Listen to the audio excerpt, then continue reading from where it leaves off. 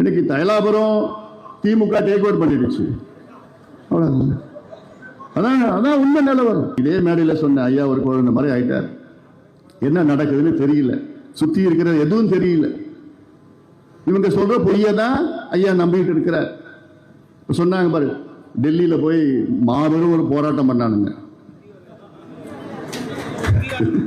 மொத்தமா ஒரு 30 பேர் இருந்தானுங்க. ஐயாயிரத்து எவ்வளவு பேர் சொல்லியிருக்கிறாங்க? 3000 பேரும் சொல்லியிருக்கிறாங்க. 3000 பேர் டெல்லியில போய் போராடணும். ஐயா அப்படியா, சூப்பர். நான் நம்பிட்டு இருக்கிறேன் ஐயா.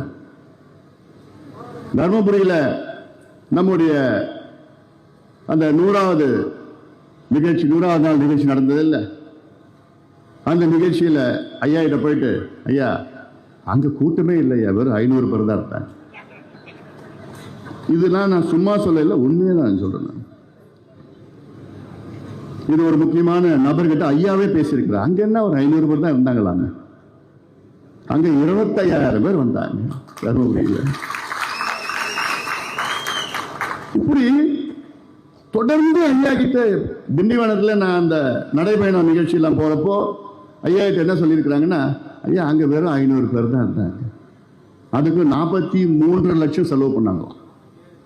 47 தான் கணக்கு பண்ணானுங்க. இப்படி அங்க வந்தது 10,000 பேர் வந்தாங்க. அங்க திண்டிவனத்தில் நான் போன எல்லாம் தானா வந்தது 10,000 பேர். அவ்வளவு இளைஞர்கள் இருந்தாங்க. இது என் ஃபேஸ்புக்லேயே பார்த்தாலே போதும். என் ஃபேஸ்புக்லயும் ட்விட்டர்லயும் பதிவு பண்ணி தான் இருக்கிறேன். இவ்வளவு கூட்டம் இருக்கு, பதிவு பண்ணி தான் இருக்கிறேன் நான். இப்படி ஒவ்வொன்றும் ஐயா கிட்ட பொய்யே சொல்லி சொல்லி சொல்லி அதை நம்ப வச்சுட்டு இருக்கிறேன்.